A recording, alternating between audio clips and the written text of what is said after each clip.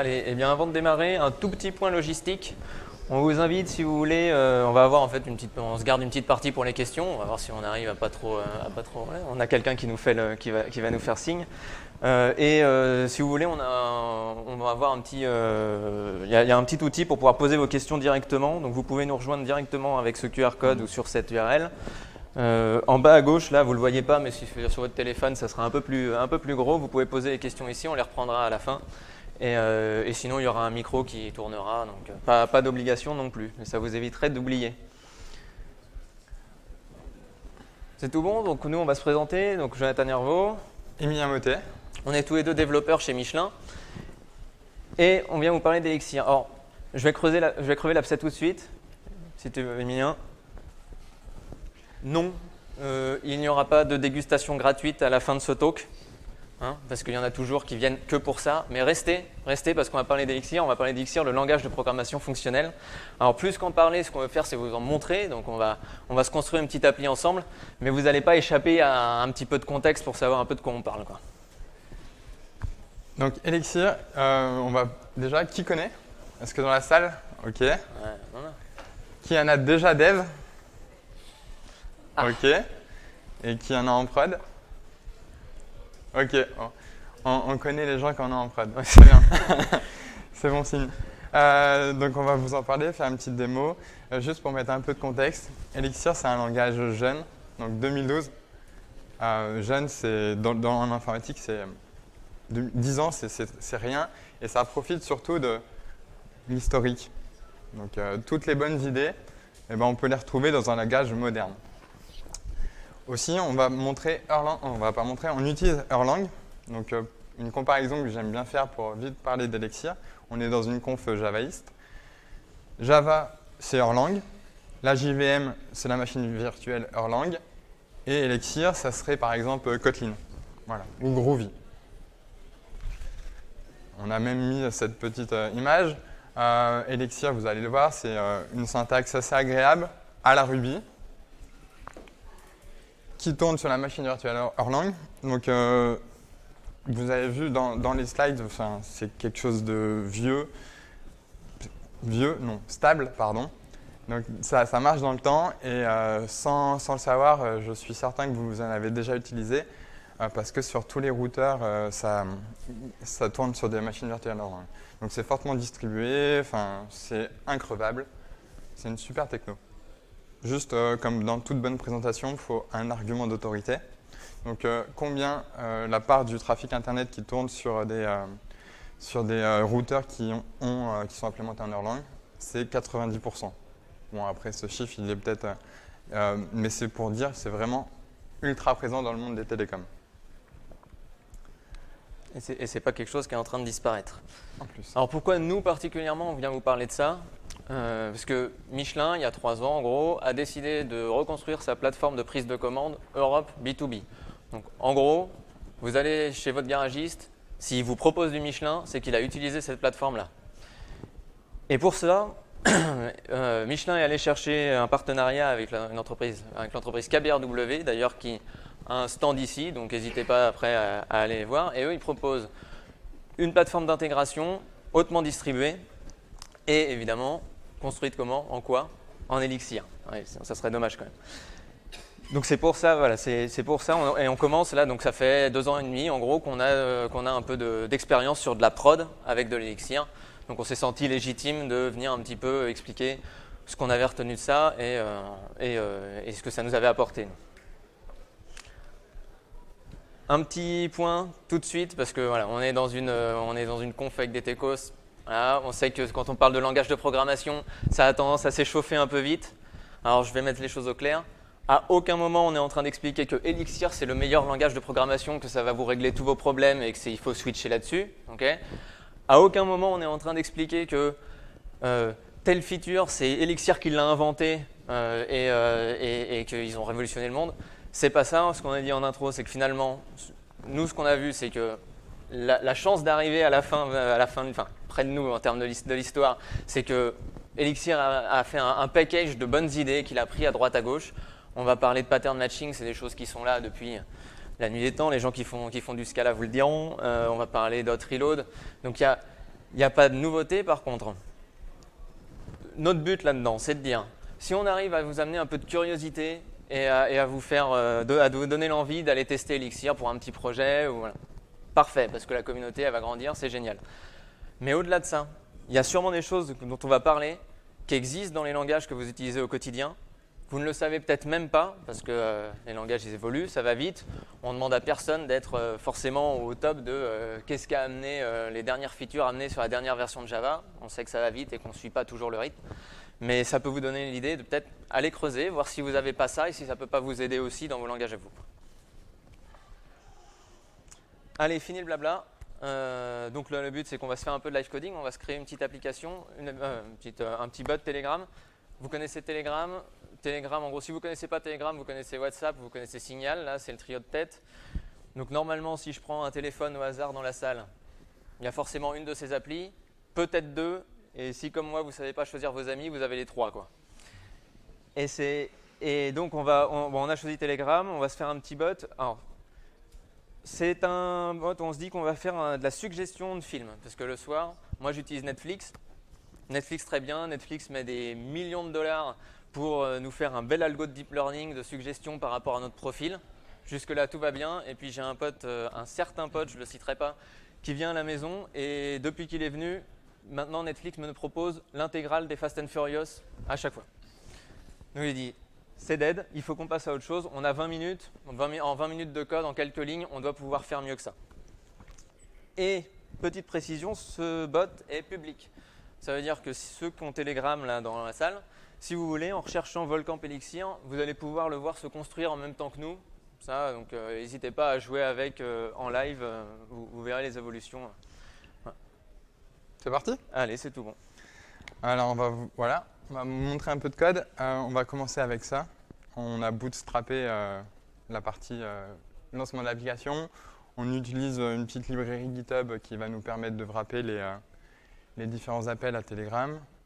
Elixir.exe, c'est un petit truc, ça doit être une vingtaine de stars. Je vais lancer ici le REPL, donc le YEG, c'est le shell interactif. J'en reparlerai vite fait tout à l'heure.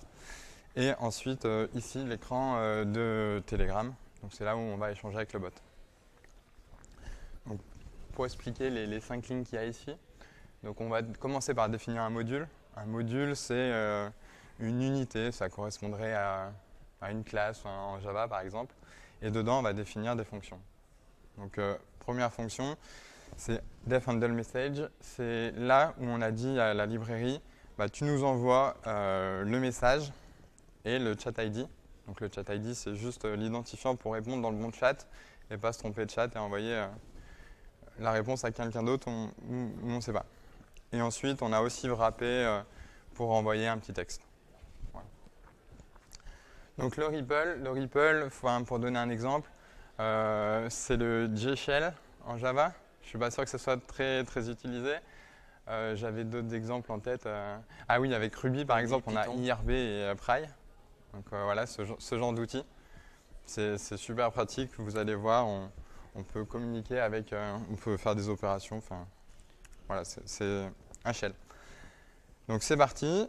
Donc le bot est lancé. Vous devez pouvoir le taper. Moi aussi, on peut lui dire bonjour. Bon, cool. Il donne une réponse. Donc si vous n'avez pas compris qu'on vous attend sur notre présentation, le bot vous le rappelle. Donc c'est parti. Première étape. Allez, on y va. Donc là, ce qu'on est en train d'expliquer, c'est qu'on a notre message par défaut. Ça, on va le garder tout du long. On va le garder tout du long parce qu'on ne veut pas qu'il soit muet dans le cas et qu'on ait l'impression que ça ne marche pas. Mais par contre, à partir de là, on va se dire, on va commencer à gérer, différentes commandes qu'on va pouvoir donner à notre bot. Donc on en a préconfiguré dans le bot, mais c'est vraiment juste de la configuration, il n'y a pas de code derrière, si tu montres. C'est pour vous montrer un peu ce qu'on va essayer de faire là. Donc on veut pouvoir répondre à un /movie. Quelqu'un qui rend /movie, ça lui envoie un film en aléatoire. Et puis après, on va gérer les genres, mais ça, on va revenir. Donc c'est parti. Donc on va commencer sur ce /movie. Et ce qu'on dit, c'est qu'aussi simplement que ça, quand le message en question il est exactement /movie, on va faire le truc le plus simple du monde. Eh bien on va pouvoir répondre. Donc on va faire une forme de polymorphisme, mais dès le début là, on va commencer à parler de pattern matching. Alors on va en parler tout du long, hein, donc si, vous allez voir, ça va rentrer. On va parler de pattern matching, on va parler de pattern matching la forme la plus simple possible et la plus bête possible, mais ça va déjà nous donner un petit peu d'infos. C'est-à-dire que donc on peut faire donc ce polymorphisme qu'on ferait avec évidemment un nombre d'arguments, des types d'arguments, en fait là on peut aller un cran plus loin. Le pattern matching va aussi nous permettre d'aller jusqu'à la valeur de la variable. Et vous allez voir, bon, là c'est très simple, mais vous allez voir que ça va beaucoup nous servir après pour ça. Donc la première ligne, on veut que la variable message ait la valeur chatID, et la valeur movie. Donc si on reçoit un /movie, on passera ici. On peut tester. Le REPL nous permet de recompiler en live, donc on ne coupe pas l'application. Vous allez voir, c'est génial après quand on a une instance en prod. En parlant d'instance en prod, j'ai lancé le Yex avec un petit nom de Volcamp Prod qu'on retrouve ici. Donc en fait, on a nommé le nœud, il a une adresse au add gen2, c'est le nom de ma machine. Et c'est parti. Donc si on fait un /movie, normalement, il nous retourne bien, je vais bientôt proposer un film. Donc on a la première étape.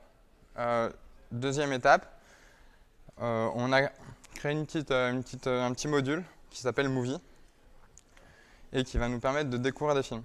Donc vous avez vu, le réflexe que j'ai, c'est d'aller dans mon REPL. Est-ce que tu peux juste le mettre en grand? Ah, pardon. Parce que du coup, je pense Oui, je qu'en vais le bas, mettre en grand. Voilà, C'est d'aller dans mon REPL et de tester la fonction en fait. Donc je l'appelle, ok, il me retourne un film.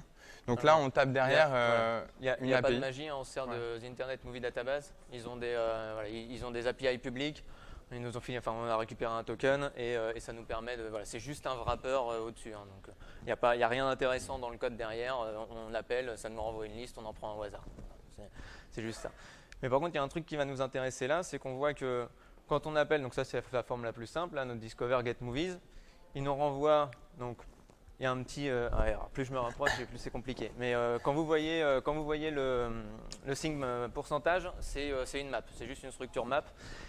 Et là, ce qui nous intéresse, c'est de voir qu'il est entre des crochets. Donc, c'est une liste. Okay, tout le monde reconnaît ça. C'est une liste. Et pourquoi c'est une liste? Ça va nous servir plus tard. Mais là, il nous en renvoie qu'un au milieu de la liste. Donc, ce qui nous intéresse, c'est ce qu'il y a dedans. Donc, en Java, on ferait un truc du genre, on récupère movie. Après, on va faire un list.first pour récupérer le premier élément. Voilà, on ferait comme ça en Java. En Elixir, on a autrement. On a le pattern match. Donc en fait, il faut vraiment se dire le pattern, comment il est. Donc le pattern, c'est des crochets. Et dedans, on a un movie. Magnifique. Et dans la variable movie, on a notre film. Et donc là, on passe niveau 2 en pattern match. Parce qu'en gros, à partir du moment où vous connaissez la structure de ce qui vous arrive, non seulement vous êtes capable de matcher dessus au sens de faire un filtre, mais en plus, vous pouvez directement faire de l'affectation de variables à la volée de ce qui est de l'intérieur. Donc là, on a simplement été extraire ce qu'il y a, parce que ce qui nous intéresse, c'est le movie qui est à l'intérieur d'une liste. Donc ça se débrouille pour faire ça. Ce qu'on aurait fait en plusieurs lignes. Et ça va être un peu ça le motto là. Ça va être souvent, les solutions, on les voit bien en plusieurs lignes, mais en fait, on peut tout simplifier et tout écraser et se limiter le nombre de lignes. Est-ce que c'est à ce moment qu'on montrerait un pattern match plus compliqué ou on le fait Alors du coup, ton pattern matching, tu as juste oublié de le remettre en haut parce que ton get movies, voilà. Là, parce que sinon, on va avoir la liste. Dans movie, on aurait la liste, donc ça marche pas. Et après, vu que movie c'est une map, le movie.title nous permet d'avoir, on l'a vu, hein, le title. Voilà. Et ça, on va le renvoyer en message. Hop. Je te laisse recompiler.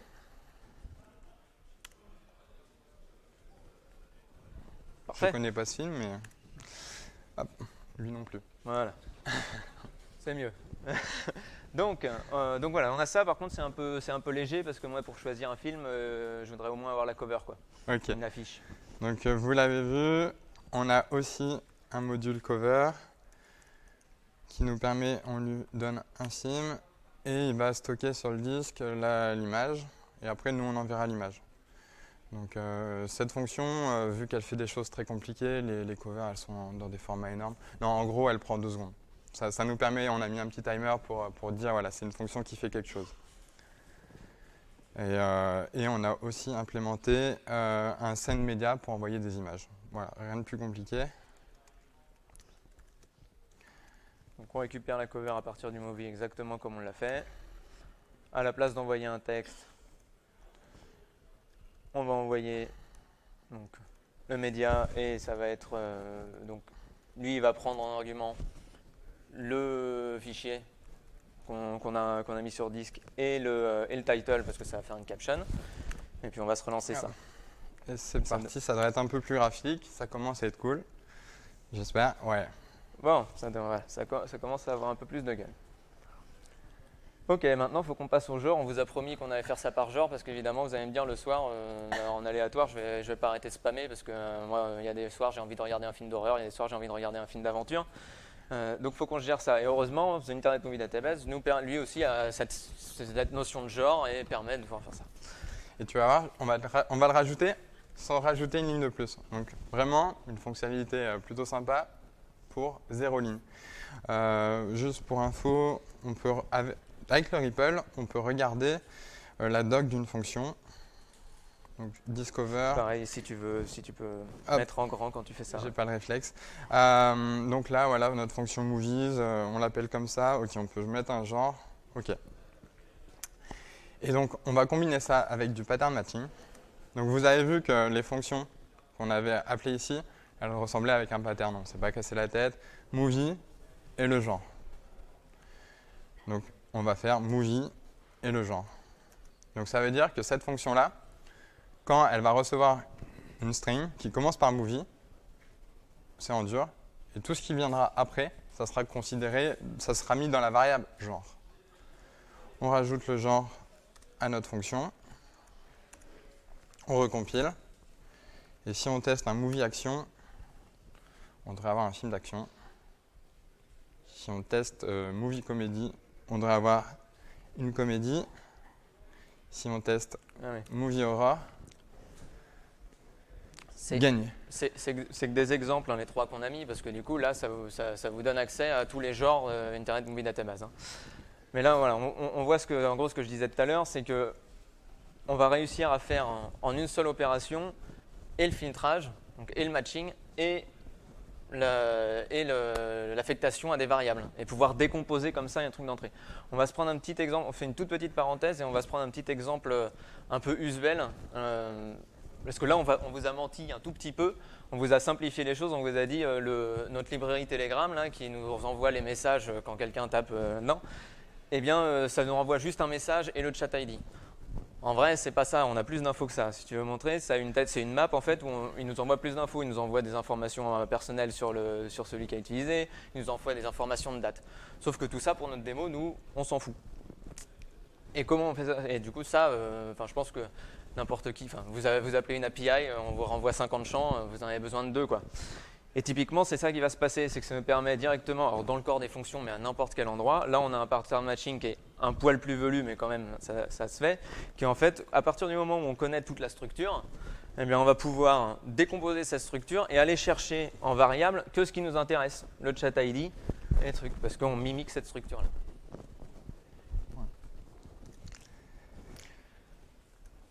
C'est parti. On se rend compte aussi qu'on peut mettre plein d'autres choses. Donc Movie War, par exemple. C'est quelque chose qu'on n'avait pas anticipé.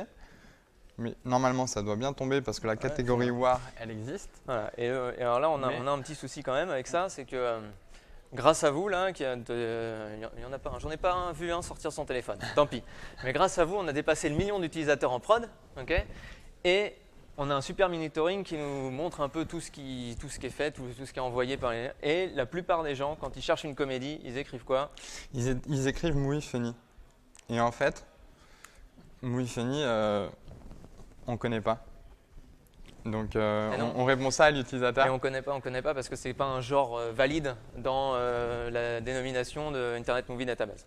Et on ne peut pas se permettre de ne pas répondre à un utilisateur. Donc il nous faut un système de synonyme ou un truc comme ça parce qu'on a plein de gens. On va pas appeler les gens et leur dire maintenant tu utilises le truc correctement, tu es censé savoir comment ça se fonctionne. Alors je te propose, on va mettre un peu d'IA dessus pour détecter les catégories qu'on n'a pas. On va trouver à quel genre ça correspond. Ouais, ça doit se faire facile. Je te chiffre ça, un mois. Ouais, on fait ça et puis on règle le problème tout de suite par contre. Ok, donc pour régler le problème tout de suite, on va faire simple. Pattern match encore. Donc on va faire un pattern match sur le Movie Funny et on va traduire ça on va traduire ça en movie comédie, tout simplement. Oui, parce que là, l'urgence, c'est pas de faire un truc propre. Là, l'urgence, c'est de régler un problème en prod. Ok. Des millions d'utilisateurs.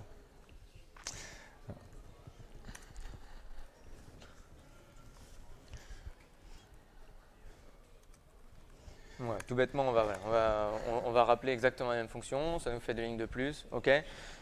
Donc là, ça, Par ok, ça contre, marche, sauf que là, tu es en local. Ouais, tu peux review parce que je vais balancer ça en prod. Hein. Vraiment, Ouais, je pense que niveau je- effet de je- bord, je- ça devrait bien se passer. sans blaguer, je copie-colle ça et Tu ça peux. part en prod. Hein. Eh ben, allez, Copier-coller. vas-y. Donc, notre nœud de prod, il s'appelle Volcamp Prod. Magie, on n'a pas accès à la machine. On n'a pas accès, du moins, à ce terminal. Et ben, on va se connecter dessus. Donc là, je suis sur un autre PC. C'est ma machine. Et je veux me connecter en remote shell sur Volcamp Prod à Gentoo. Ok. Bon, bah voilà, je suis sur la machine, croyez-moi. Non, on va vous le prouver. Quand je parlais que c'était aussi simple qu'un copier-coller, donc je prends mon module, CTRL-C, ça devrait parler pas mal aux javaïstes qui utilisent Stack Overflow. Je rigole. Donc j'ai copié-collé mon module, je retourne sur mon nœud prod. Ok, je vois qu'il y a quelqu'un qui a redéfini un module. Ok. Est-ce que le Moviephony va marcher enfin? 1, 2. Ok. Parfait. Donc ça, voilà, ce qu'on vient de faire, en gros, c'est du hot reload. Le module, c'est l'unité, alors c'est dans la VM Erlang, hein, parce que donc Elixir, il se base sur Erlang. C'est la VM Erlang qui apporte ça. Et c'est vraiment un système où il gère. Pour nous, c'est complètement. Là, il a fait un copier-coller, on ne le voit pas, mais derrière, il se passe des choses quand même. C'est-à-dire que le premier module, on l'a appelé V1, celle qui n'avait pas cette capacité à gérer le Moviephony, il existe toujours dans la VM Erlang en fait, parce que c'est lui qui se débrouille pour finir les opérations qui étaient sur la V1. Donc ça coupe pas, ça coupe pas le module dans l'état de qualité. Tout ce qui est dessus, c'est bon. Il s'amène son deuxième module, il voit que ça a été redéfini et tous les nouveaux appels à ce module-là et aux fonctions de ce module-là seront servis par la V2. Ce qui permet. Alors, maintenant, si on prend un peu de recul et qu'on se remet dans le cas de prod, je reviens à ce qui est. Enfin, je restade notre expérience. Hein. Il y a toujours un utilisateur qui est dans un cas très particulier parce que ces données, il y a une donnée qui devrait pas être cette donnée-là. On est dans un cas où voilà, on avait pensé à tout au moment du design, c'était magique, et puis en fait, ah bah non, bah lui il utilise ça comme ça.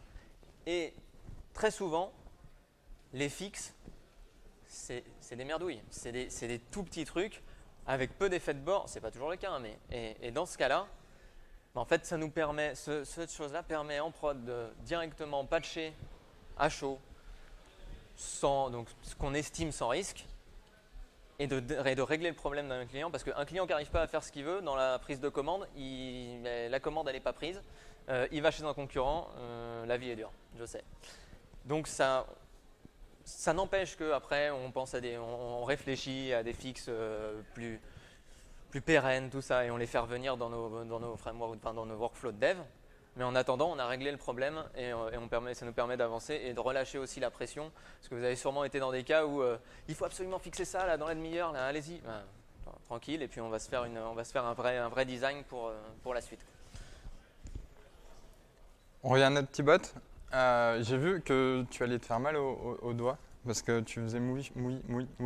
Oui, parce Donc, que je prends jamais le premier qui vient, moi. Ouais. Donc, on va peut-être t'en proposer plusieurs. Ouais, je veux bien qu'on en propose plusieurs. En Elixir, un langage fonctionnel, donc en plus, on va pouvoir faire un peu de fonctionnel parce que là, ça ressemble un peu à un code Ruby, pas forcément fonctionnel. Donc, on l'avait vu, notre fonction movie discover getMovie peut prendre plusieurs éléments. Donc c'est pour ça que ça retourne un tableau d'un élément. On avait un peu triché. Donc maintenant, on ne reçoit plus un movie, mais plusieurs. Et ça va me permettre d'introduire un élément super cool.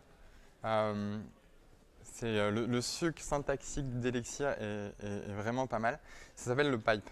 Le pipe, c'est la barre verticale et un supérieur. Et c'est le même pipe qu'en bash en fait. Il va prendre le retour de gauche et le mettre dans le premier argument de droite.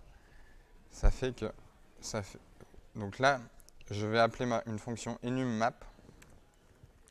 Donc enummap, la fonction, il faut le voir comme un for each. Sur tous les éléments de la liste, on la parcourt. Et le résultat, ça deviendra la valeur qui était avant. Donc je découpe. On est en fonctionnel, donc on va essayer de découper en la granularité la plus fine. Vous verrez plus tard parce que ça nous permet après de bien différencier les opérations. Et pour le dernier, on va faire un enum each parce qu'en fait, ça va être juste d'envoyer et là, on n'a pas d'intérêt sur le résultat.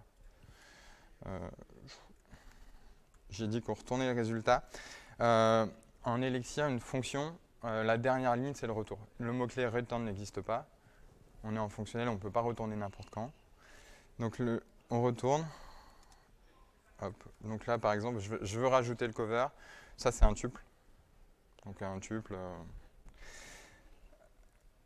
Et on pattern match en dessous pour récupérer.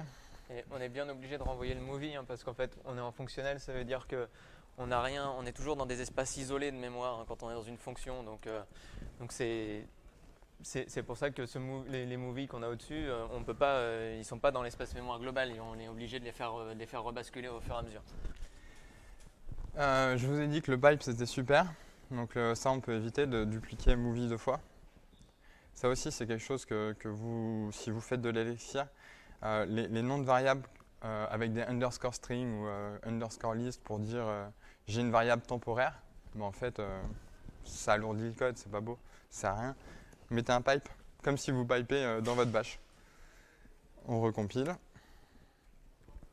Est-ce qu'on aura 3 films? Ouh là, c'est l'effet démo. C'est un peu long. Ça met du temps. Ah, mais on a. Ah, ok. C'est normal que ça mette du temps, vous avez suivi. Ok.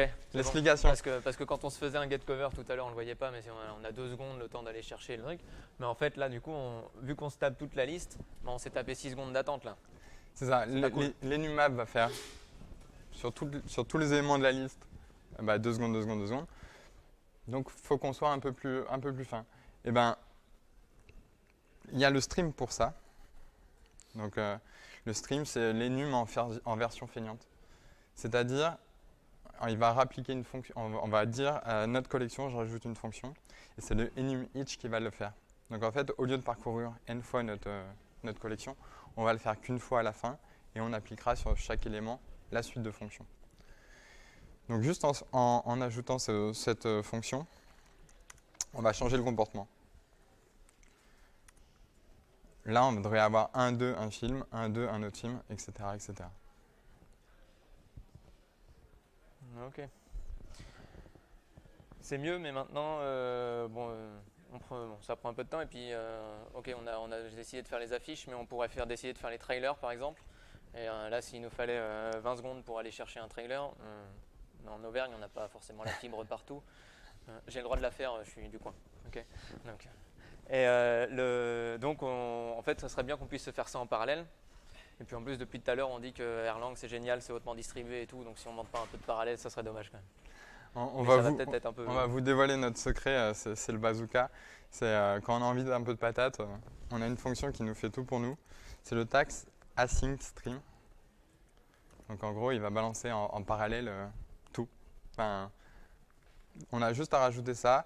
Évidemment, on fait un peu de parallèle, donc ça demande. Il peut y avoir des problèmes. Il peut se perdre des threads quelque part. Donc, dans notre cas, on va être confiant, on va faire que le happy pass. Donc, il nous retourne le résultat avec un OK. Si c'est pas OK, il y aura des erreurs. On peut les catch comme ça, ou sur le timeout. Enfin, on peut récupérer le résultat. Et là, 1, 2, et on a les 3. Ouais, bon. Voilà. C'est un peu là où on voulait arriver. Ok, et ça en fait, ça fait partie de. On vous a souvent dit, je pense, quand vous allez, si vous avez besoin de développer quelque chose avec un peu de parallélisme, faut s'y prendre avant. Faut réfléchir à tout avant parce que potentiellement vous allez avoir des problèmes de mémoire, de lock ou de mémoire qui viennent vous embêter parce qu'il y a une variable qui a été modifiée par une autre version, un truc. En Elixir, il y a un côté très lightweight des process qui fait qu'on est plutôt en mode si tu as besoin, donc tu fais du naïf en fait, et après si tu as besoin d'aller plus loin et d'optimiser des trucs, eh ben, tu te bases toujours sur ce que tu as construit à la base et tu recasses pas tout ton flow pour ça. Ok. Je crois que tu voulais vraiment pas voir un Fast and Furious. Ouais, parce que là ça n'a pas répondu à mon problème. Donc on va rajouter ça simplement. On a dit qu'on est dans un langage fonctionnel, on va essayer de découper au niveau de grain le plus petit possible. Et ben, on va remettre un stream reject tout simple. Et ben, on peut faire du pattern match. Donc on a une map, il n'y a que le titre qui nous intéresse.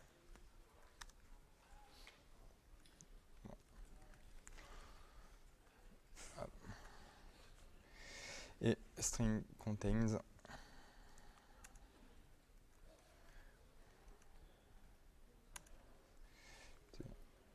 Mais Furious carrément, je veux pas prendre de risque. Ok. Bon, super. Et là, on voit un peu l'intérêt d'avoir découpé, d'avoir rendu notre code modulaire, quoi, parce qu'en fait, on va pouvoir aller caler des opérations à droite à gauche. Donc, si jamais il n'y en a plus que 2 qui sortent, on sait qu'on a évité un vrai problème. C'est bon pour ça? On passe sur les slides. Donc voilà, en fait, juste pour remettre un peu les choses, hein, on a quand même, mine de rien, pas beaucoup de lignes de code parce que, en fait, vous avez vu, à chaque fois, on essaye de se dire, on se fait rien intermédiaire, on va au plus simple et on suit le flux, notre flux mental, quoi. 22 lignes. Et on aurait pu encore plus, mais voilà, en 20 lignes de code, on arrive à avoir quelque chose de parallélisé, évolutif. Hein. Nous, ça nous a séduit. C'est reparti pour les slides. Allez, tu peux repasser sur les slides. Ça, on vous les laisse mais pour vous. Tout le code de ce qu'on vient de faire et la presse aussi sont sur GitHub. Donc, si vous voulez remettre le nez dedans à froid, n'hésitez pas. Et on vous a laissé quelques slides pour juste reparler un peu de ce qu'on a fait. On ne va pas les détailler là. Des exemples et allez chercher dans votre langage, ça existe sûrement. Ruby, ils ont implémenté le pattern match dans leur version 3.0 par exemple. Enfin, les streams en Java, c'est Java 8. De la sync process et le Ripple. Voilà, plein de... C'est les concepts. Un petit point d'ouverture aussi, parce qu'on vous a parlé, on a montré du code très typé back. Elixir, ça se veut un langage pour tout type d'application, généraliste, c'est ça que je voulais dire. Et typiquement, Phoenix, c'est le framework web qui fait l'unanimité dans la communauté Elixir, un peu comme Rails l'a été pour Ruby. Et allez jeter un œil si vous voulez faire du web avec ça. C'est souvent la porte d'entrée vers Elixir, pour être honnête. Plein de gens qui ne connaissaient pas Elixir, qui arrivent par Phoenix, parce que ça a le vent en poupe. Là, il y a une promesse derrière Phoenix, c'est de se dire qu'on va réussir à faire des sites web complètement dynamiques, sans jamais écrire une ligne de JavaScript. Perso, j'achète. Je peux pas le vendre mieux que ça. Et juste pour la culture générale, parce qu'on l'a mis parce qu'à chaque fois que quelqu'un connaissait Elixir, et je lui demandais d'où il connaissait via Phoenix. Qui connaissait Elixir via Phoenix? Ok. Bon, c'est quasi du 100% des personnes qui connaissaient Elixir. Pour finir. Oui, si on n'a pas réussi à vous convaincre, alors évidemment, Elixir n'a pas le renommée et la puissance de dev que peut avoir un Java, que peut avoir un Python. C'est normal, c'est jeune, mais il y a quand même pas mal de boîtes qui s'y mettent, qui avancent. Nous, on n'est pas les seuls à essayer d'aller en prod avec ça. Et si même le ministère de la Transition écologique s'y met, vous n'allez pas me dire que c'est pas une techno d'avenir, quoi. Là, il y a un indice. Merci à tous pour votre attention. Alors, on va passer aux questions. On va pouvoir passer aux questions. On a un guest. Voilà, on a une guest star pour les questions en la personne de Grégoire Rivière, que je te laisserai te présenter, qui est côté KBR, qui vient nous filer un coup de main. Parfait, merci, bonjour à tous. Effectivement, je vais un petit peu en guest à la fin pour parler de KBR W, pour parler surtout et vous donner quelques insights aussi là-dessus. Moi, je suis head of delivery chez KVRW. Effectivement, deux points importants qui sont un peu aussi la raison de l'importance ici. Premièrement, c'est qu'on a un organisme de formation sur Elixir. On forme en fait, toutes les personnes qui nous rejoignent sur la technologie Elixir depuis un mois. Donc, on a utilisé avec Michelin, mais avec tous nos intégrateurs et tous nos collaborateurs. Première chose. Et deuxième chose, on est aussi. Grégoire, excuse-moi, je te coupe. Il faut que tu mettes ton micro parce que pour la captation, ça.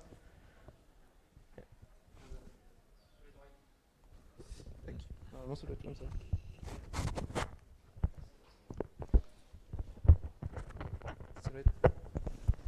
Je dois avoir un look impressionnant.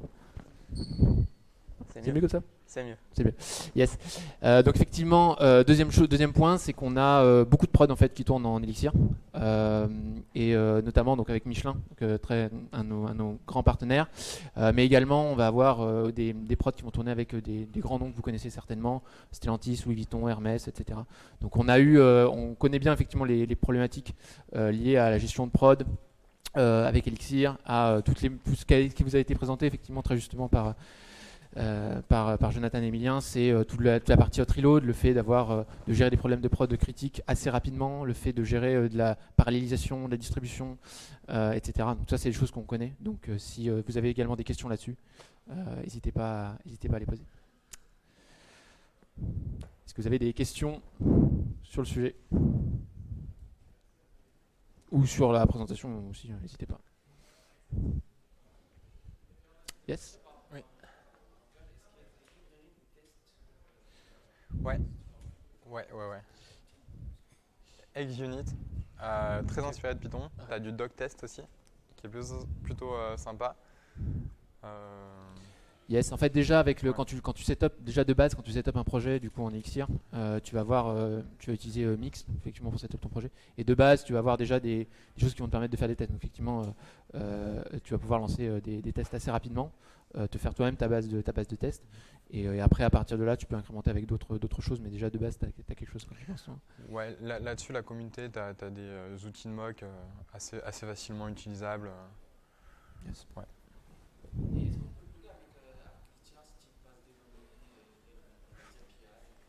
Ouais. Après, les bases de données sont. J'ai pas fait de projet avec de bases de données dites classiques. J'ai pas branché à du Oracle, mais tu as pas mal de bases de données orientées Elixir Erlang. Nous, au quotidien, on travaille avec RIAC, une base de données écrite en Erlang. Et ça s'intègre super facilement. Ouais. Et sachant qu'en fait, tu as donc effectivement Elixir qui est assez récent, mais souvent en fait quand tu tombes sur des choses où tu n'as pas forcément l'outil, on va dire Elixir, ou la librairie toute faite, des fois tu l'as en Erlang. Donc après c'est très simple en fait d'utiliser du Erlang dans Elixir. C'est fait pour. Donc en général tu trouves ton bonheur, que ce soit, enfin en tout cas tous les trucs classiques, les Oracle, tout ce qui va être SQL, etc. Ça va être dedans. Et évidemment, après, c'est du fonctionnel, donc ça va être ça a été avec du NoSQL souvent, mais c'est quelque chose qu'on ne montre pas aussi dans la démo, mais Elixir, c'est quelque chose qui m'a marqué. Ça a une librairie standard énorme. Donc, tu as le côté à la Ruby où la fonction que tu veux, elle existe déjà, c'est la bonne surprise normalement. Mais par exemple, tu as des generic servers, des gen servers, enfin. Toute la partie acteur modèle et tout, en fait, c'est assez surprenant d'avoir ça dans la librairie standard. Donc là, on arrive sur quand même des concepts un peu velus, mais c'est d'avoir ça en librairie standard et supporté par le langage. Ouais. Et puis tu as déjà des bases, aussi des bases. En fait, tu as déjà aussi une forme de base de données en RAM déjà avec Elixir, puisque du coup, tu vas avoir des tables en RAM que tu pourras aussi instancier en Elixir. Qui sont souvent très très pratiques. Pour revenir sur la librairie standard, pour rajouter un petit truc sur la librairie standard, c'est pas étonnant qu'elle soit assez riche, mais c'est une librairie standard qui vient du monde des télécoms. On l'a un petit peu montré, mais en gros c'est Ericsson qui a créé le langage, et du coup c'était pour des besoins de télécom, donc évidemment tout ce qui est lié à la distribution, Bah, il y a un gros accent là-dessus, quoi, parce que c'est les premiers trucs dont ils ont eu besoin pour implémenter à l'échelle. Donc c'est pour ça qu'on retrouve pas mal de choses sur de la synchrone, Oui. mais pas de web. Tu vois. Est-ce qu'il y a un système de package comme les gemmes? Alors, en fait, tu vas avoir un système de dépendance et après tu vas avoir un système de release, mais tu vas pas avoir un système de package. Tu vas pas avoir un système de package au sens Ruby du terme en général. Non, tu vas pas avoir ça. Tu vas avoir des dépendances assez classiques effectivement que tu vas pouvoir ajouter. Tu as une doc sur la plupart de ces dépendances là, mais tu vas pas avoir un système de package type gem ou type npm ou type. Effectivement. Yes. Ouais. Désolé. Vous avez des ratios qui permettent de comparer avec d'autres langages. Un module comme tu montres aujourd'hui, il représente pas mal ce que ça représente en footprint de la JVM. Sur Elixir, du coup, c'est quoi le footprint de à la fois la partie Erlang et de ton code? Alors, Je pense que, ouais. déjà, faut voir un truc, c'est qu'effectivement en Erlang tout va être process et les process sont ultra lightweight. C'est-à-dire que c'est vraiment pensé là-dessus. Ça va être compliqué pour moi de te dire comparé à du Java, puisque étant donné qu'on va pas avoir nos cas en Java.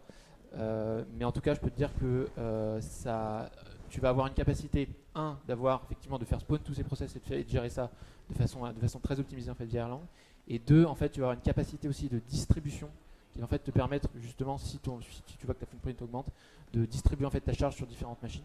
Et ça, c'est aussi quelque chose qu'on utilise énormément. Toutes nos applications en fait sont distribuées à la fois pour deux raisons en fait, à la fois pour la charge et en même temps pour la disponibilité. Donc on a que des, typiquement chez Cavardou, on a que des systèmes critiques. Que ce soit, par exemple, je prends l'exemple de Michelin évidemment. Portail des commandes Europe, c'est le système critique. Donc on est distribué par essence et effectivement Erlang va permettre de faire ça et de faire un scaling horizontal, on va dire, très facile. Ça, c'est Erlang, c'est la JVM. En fait, c'est Erlang, effectivement. Alors après, tu vas le faire en Elixir, mais le deep down, en fait, c'est la capability d'Erlang. En fait, le truc qui est à la base de tout sur la partie process très lightweight, là, c'est que vu que tu n'as pas, en fait, tes process sont complètement isolés d'un point de vue mémoire, en fait. Donc, contrairement où tu as TGM, quand tu spawns des threads, tu as ta heap là, qui vient te faire un espèce de blocage. Ça, tu ne l'as pas parce que c'est que des virtual process, si tu veux. C'est pas relié directement au process de l'OS. Ce qui veut dire que si tu voulais un peu des ordres de grandeur, tu vois un peu des gens qui poussent la JVM, qui arrivent à te dire j'arrive à spawn 30 000 process, enfin 30 000 threads. Déjà, ils sont bons, quoi. Alors que tu as chez Erlang, tu tournes des millions de process, quoi. Parce que on n'est plus du tout on n'est pas sur les mêmes ordres de grandeur. Une fois de plus, ça n'a pas été construit pour la même chose à la base, donc c'est pas. Voilà. Il y a des trade-offs qui ont été pris dans les deux sens, mais ça te donne une petite idée à quel point la notion de process n'est pas du tout la même. Et puis tes process ne peuvent discuter entre eux. Ce qui les isole, c'est qu'ils ne peuvent discuter entre eux. Enfin, c'est le modèle acteur, quoi. Donc que par message interposé. Donc ils ont chacun une boîte aux lettres qui leur permet de traiter en fil dans le message. Ce qui apporte une notion de transactionnalité très facile du coup. Sur pas mal de sujets. Discord, ils ont fait des super articles là-dessus. Parce qu'avec le Covid, ça a explosé. Et ils ont eu ces problématiques, mais c'est... C'est vrai que Discord, ils ont fait des chouettes articles.